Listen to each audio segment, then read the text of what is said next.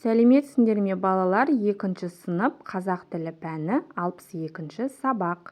Біздің жобамыз. Балалар, менің каналымды жоғалтып алмас үшін видеоның төменгі жағындағы подписаться батырмасын басып, каналыма тіркеліп, қоңырауша белгісін басып қоюды ұмытпаңдар. Сол кезде жаңадан шыққан сабақты бірінші болып тамашалай аласыңдар.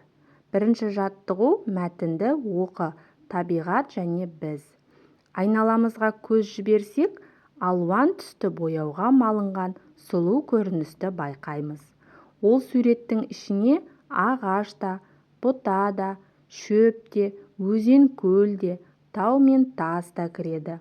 Бұлардың бәрі сені қоршаған дүние немесе табиғат деп аталады. Осы дүниенің ішінде сен де барсың.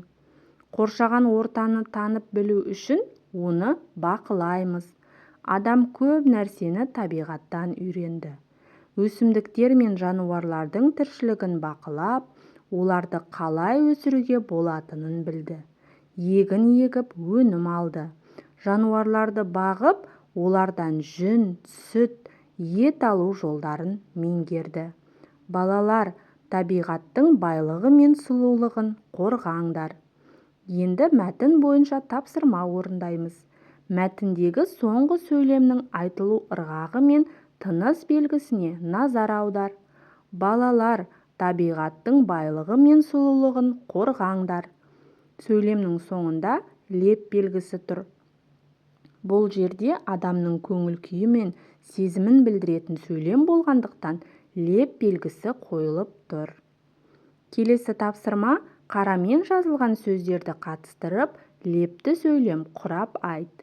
Қарамен жазылған сөздер ағаш, бұта, шөп, өзен, көл, тау, тас сөздері. Енді сол сөздерді қатыстырып, лепті сөйлем құраймыз.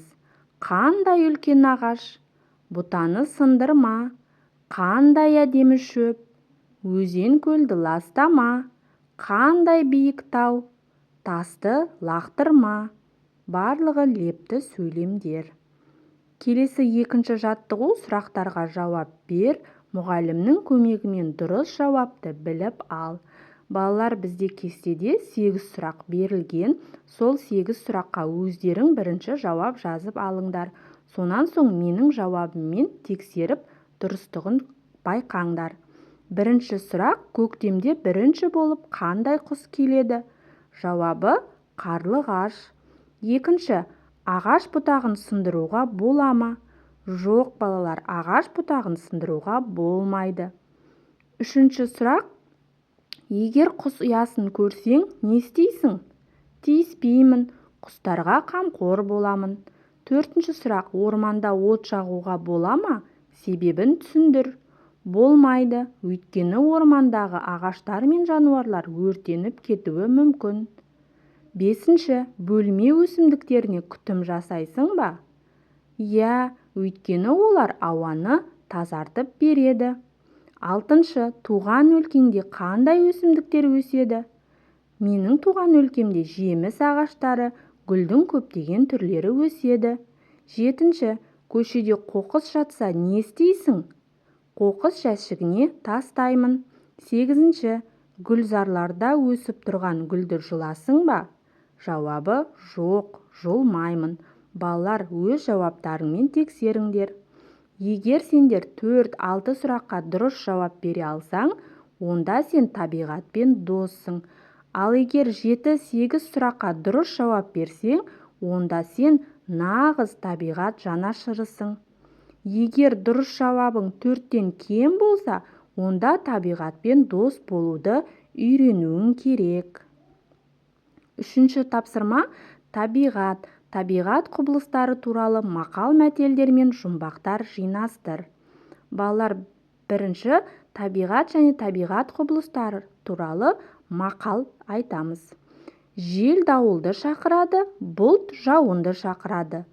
Қыстағы қар жерге ырыс, жердегі ылғал елге ырыс. Тау мен тасты су бұзар, ел арасын қу бұзар. Ағаш тамырымен мықты, адам дос жарымен мықты. Су жетпейін демейді, жар жеткізбейді, ер жетпейін демейді, мал жеткізбейді.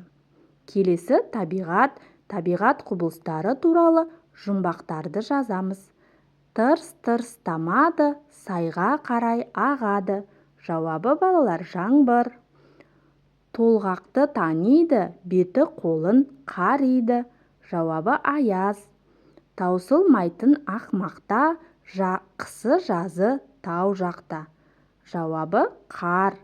Көзге көрінгенмен ұстасақ қолға тимейді. Жауабы бу. Өзі судан жаралған, бірақ судан қорқады. Жауабы мұз. Балалар, өздеріңде басқа мақал-мәтел мен жұмбақ құрастырсаңдар болады. 4. Табиғатты қорғайық тақырыбында нұсқаулық құрастыр. Ондағы сөйлемдердің байланысын сызба арқылы белгіле. Жұмысыңның нәтижесін сыныптастарыңа көрсетіп бағала. Нұсқаулық құрастырамыз. 1. Қоршаған ортаны ластамайық. 2. Қоқыс тастамайық. 3. Жануарларға көмектесейік. 4. Қоршаған ортаны аялайық. Осылай нұсқаулық құрастырсақ болады. Ал енді сөйлемдегі сөздердің байланысын сызба арқылы көрсетеміз. Оны анықтау үшін сөйлемге сұрақтар қоямыз. Қоршаған ортаны ластамайық. Нені ластамайық? Ортаны. Қандай ортаны? Қоршаған ортаны. Қоқыс тастамайық. Не тастамайық? Қоқыс тастамайық. Жануарларға көмектесейік. Нелерге көмектесейік? Жануарларға көмектесейік. Қоршаған ортаны аялайық. Нені аялайық? Ортаны аялайық. Қандай ортаны? Қоршаған ортаны. Балалар, осылай сұрақ қою арқылы сөйлемдегі сөздердің байланысын анықтадық. Осымен бүгінгі біздің сабағымыз аяқталды. Сендерге барлығы түсінікті деген ойдамын. Балалар, егер сұрақтарың болса, комментарий бөліміне жазсаңдар болады. Каналыма тіркелмеген болсаңдар, подписация батырмасын басып, каналыма тіркелуді ұмытпаңдар. Келесі сабақта кездескенше сау болыңдар.